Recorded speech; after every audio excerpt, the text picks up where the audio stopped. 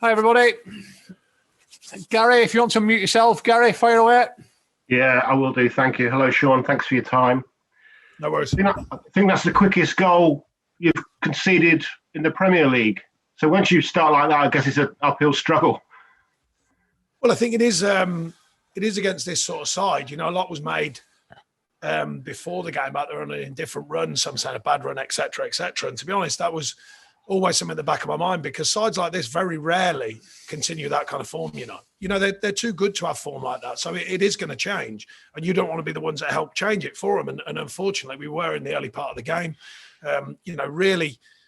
Really poor first goal, way out of what we normally do. And then the second goal equally, we're in attacking phase and get done on a counter from a long ball and don't deal with it. And then they're two up. And really, when teams, my point is it calms them down.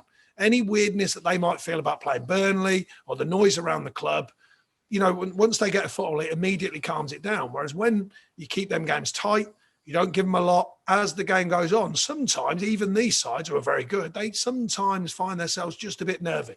We never got anywhere near to getting them to that stage. And that would have been a weapon today to get them to that nervous stage, but we never got near to that. And of course, I guess there are other, players that, not your Bales, not your Kanes, who even though they were given a bit of time and space, wouldn't have been so deadly with the finish. So, that's something, I suppose, that you can take. It was good players, great players out there. That's a reality of the market we're in. When you put the amount of finance these clubs do into their players, and some developers they do with Harry Kane, who's top player. It is difficult at times on days like today because usually you're buying the clinical moments. That's what they invest in these players for. You're buying the big moments and how these players take them. We have to develop that over time, and our players have to keep reminding ourselves about how important the detail is, particularly in the front third. In an attacking framework of the side and, of course, the defensive side. And, we defend well normally. We're not so much today. But the attacking phase is very difficult at times against these sort of sides. And the top sides have players who can open you up. And they did today. They were very clinical, as they were here last year in a different way. But, it wasn't like peppering the goal, but just being very, very clinical when the chance came. They finished them. We had 2 or 3 really good chances in the first half even and didn't even get a real meaningful effort. Whereas they took theirs straight away. And plenty to talk about if you do happen to bump into Jose in central London tomorrow. I don't know why I'd be in central London. Do you know something I don't know? Is there lots of things open or something? Unless I'm going mad, I don't think there's that much open. So I doubt. Yeah, daft question. Fair one. You said it, not me. Thank you. Thanks. Thanks, Gary. Dan Black, please. Burnley Express. Hi, Sean. Hiya. Is that just one of them games then where you have to kind of hold your hands up and credit the opposition, or do you feel there was more? Obviously, the early goal, but you felt there was more you could have done? Yeah, I mean, there's a balance to it. Don't get me wrong, but the point is not always crediting, but it's not taking away the fact you're playing a top side, And as I suggested, their form is indifferent lately, but that doesn't mean they're still not a top side. You've got to turn up. We didn't in the early phase of the game. We actually used the ball quite well and got into really good attacking areas, but defensively on transition, they were sharper than us, took their chances, and really that kills your game plan. If you give a soft goal away like that so early, part of your game plan stops immediately because that calms them down. And we never really pushed them to the phase when it was awkward or uncomfortable because they got that one and then the second one very quickly. And at halftime, really, against these sides, 3-0, you're looking for miracles then. The game's gone. It was more about second half being diligent to what we do and remind ourselves of what we do, which we more or less did. They still had a couple of chances. We created a couple of chances as well. But I think, like I say, the balance is they're a top side who turned out to be today with their clinical finishing and their clinical edge. And we didn't keep them out enough to make them nervous and to make it awkward. The game, we didn't stay in the game enough for long enough to make that happen.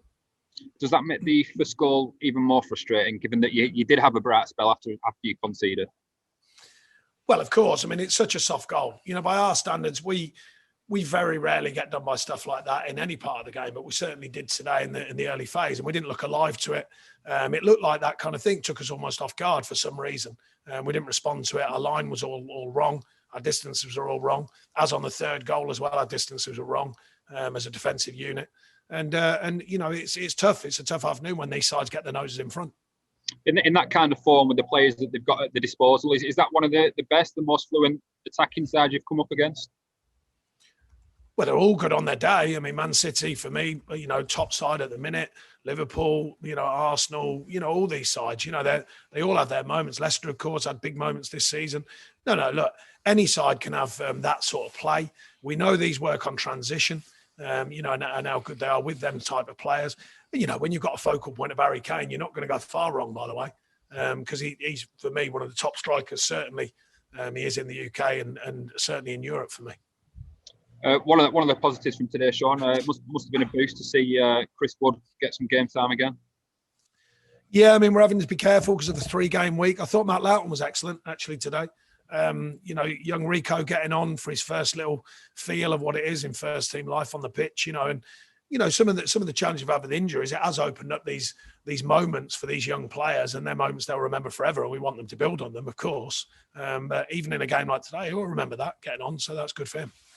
Yeah, I guess you'll take anybody as you can at the minute, but to get your leading scorer back when you, like you say, games are coming thick and fast, it's definitely a positive, isn't it?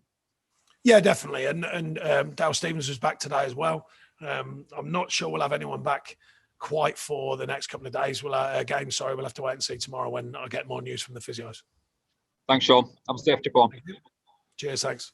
Thanks, Dan. Alex James, please. Hey, Sean, just a couple of quick ones for me. Do you envisage Woody, obviously you were managing his minutes a little bit, given he's been out for a month, do you envisage him being in a position to start the game fitness-wise if selected for Wednesday night? We'd hope so. I mean, there's no reaction, I don't think, from today. I've spoke many times about it. We're having to make decisions for some of the players because we're looking at the game schedule and the days they've missed through injury.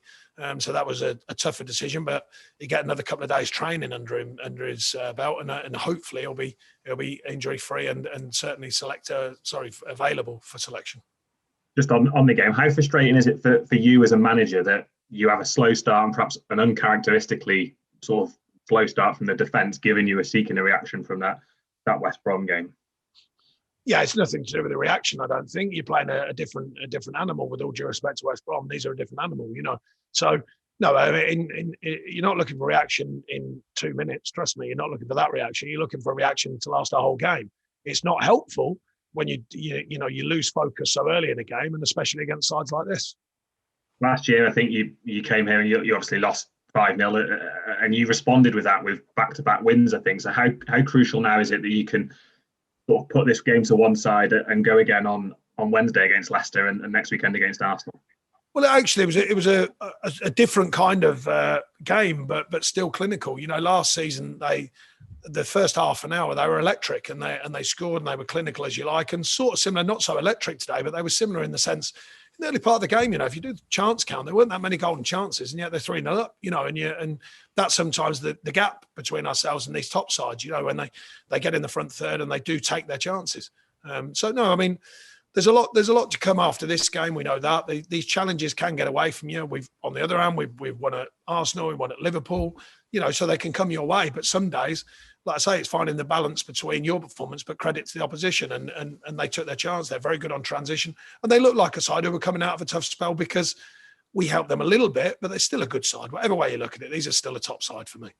You touched on young Lewis Richardson there, obviously coming on for his debut. How impressed with him have you been in training with you guys and for the under-23s, and how sort of bright a future do you think he has?